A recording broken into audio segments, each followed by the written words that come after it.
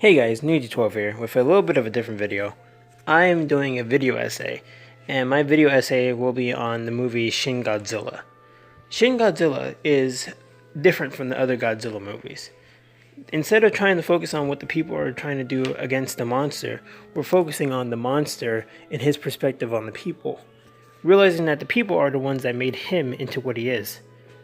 Now, the one thing that I find interesting about this movie that no one really talks about is the fact that not only is this the first time we got the inside of the monster from his point of view, but we also saw a rotting, decaying Goji, one that felt like he really didn't even matter at this point, because no one thought of him. No one thought of what he was or what he could have been.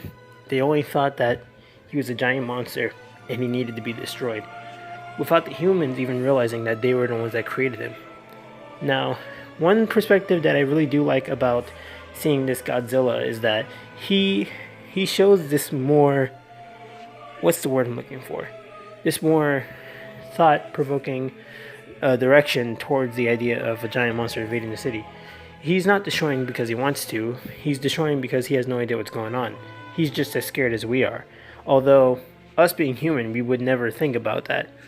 We would never think about the fact that this monster is thinking of nothing but destruction.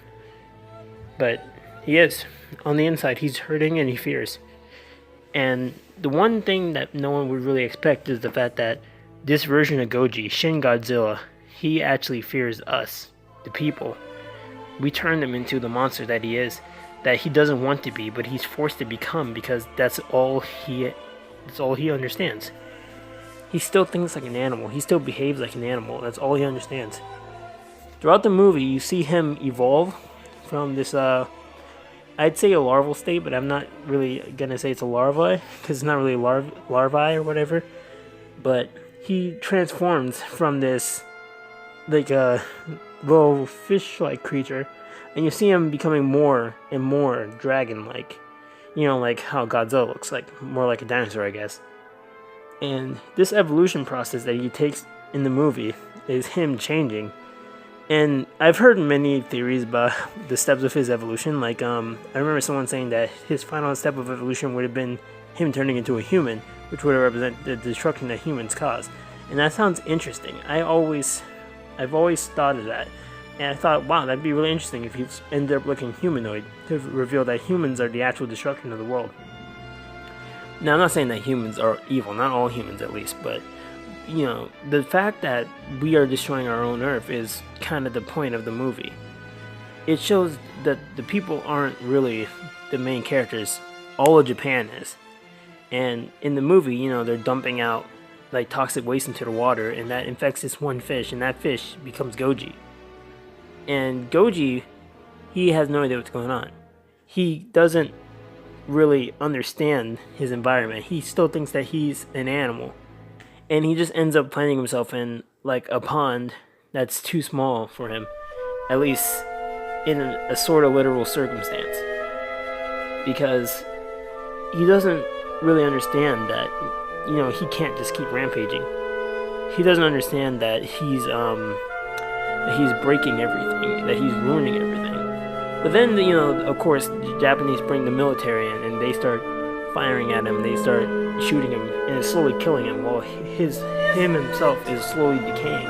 That's why in the end of the movie, he ends up looking like this decayed version of Godzilla that we all know, because he's slowly dying. His power is slowly killing him, but at the same time, he's really powerful.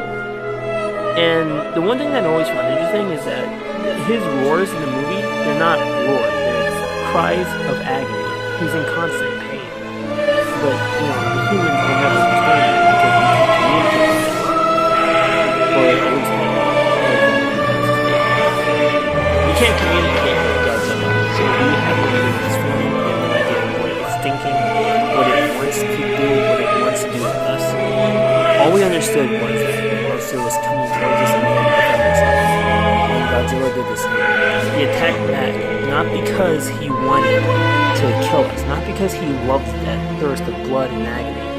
It's because he was feeling pain himself and he wanted to fight back. He wanted self-defense. One thing that I always love to do when watching the movie is listen to the soundtrack. The song that's most popular in that movie, from the scene where he does the atomic breath, Who Will Know? It's a song that talks about Goji's emotions inside of his head, how he feels about the situation. You wouldn't really think about it the first time you hear it, but I always love hearing that song, even though it's in Japanese. You can get like the lyrics translated, and it's really interesting to hear that the song is actually from the monster's perspective. If I die in this world, who will know something of me? Basically, Goji just saying, even if I do die, no one will know that I had a mind, that I thought for myself. Not the fact that I enjoyed destruction. I'm not afraid of disappearing. I'm afraid of not being heard. Essentially, that's what those lyrics mean. And it's something that I always think about. And I'm pretty sure a lot of people think about that. The fact that we're not afraid of death. We're afraid of death because it ends. And that's what Godzilla is for. Even though they don't show it, because we can't understand the monster that's the point. We feel it when they're he's in pain. Now, of course, the famous atomic breath scene, that's actually really interesting because it's not him fighting back with the atomic breath. He has so much radioactive exposure inside of his body that that's the only way he can push it out by forcibly releasing radioactive energy out of his mouth. And you see when he closes his mouth, it comes out of his back because that's how much radioactive energy is inside his body. He's been highly mutated, and it really has been, killing him. And that's the tragedy of Shin Godzilla. People usually don't like to talk about Shin Godzilla because the movie's production wasn't as great as Godzilla 2014. That's why people like to compare it to. In my opinion, Shin Godzilla has a more emotional standpoint, and I think that's what they were going for. Where Godzilla 2014 focused on the aspects of him being a destroyer, which is not really Godzilla's title. Godzilla wasn't really ever a destroyer. He was always supposed to be this type of, sort of hero of the earth.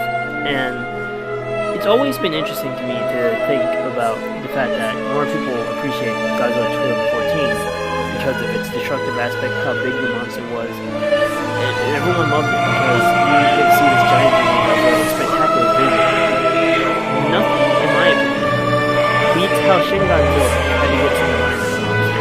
He tried to make us understand his perspective of the world, how he sees humans. He sees humans as the destruction. We see him as the destruction, the literal physical entity of destruction. What we don't understand is that not only did we create the monster, we also are the ones that are truly the monsters.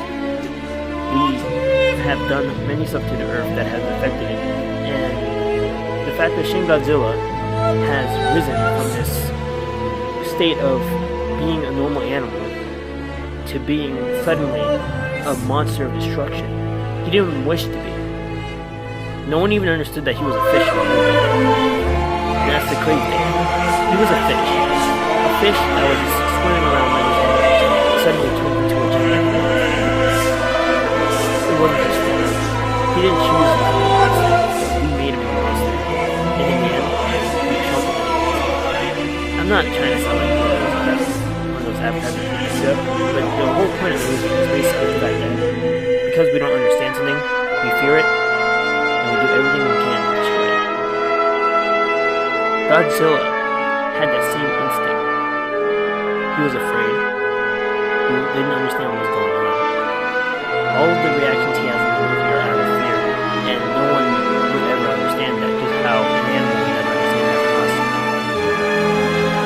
Because we can't communicate, we can't talk to him. It's just something that I've always found interesting about the movie, especially with the dynamic of, the humans want to win. I understand that. We all understand that.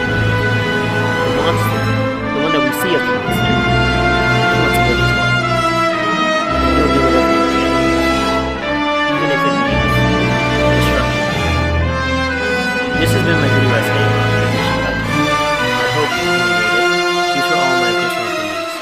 Thank you.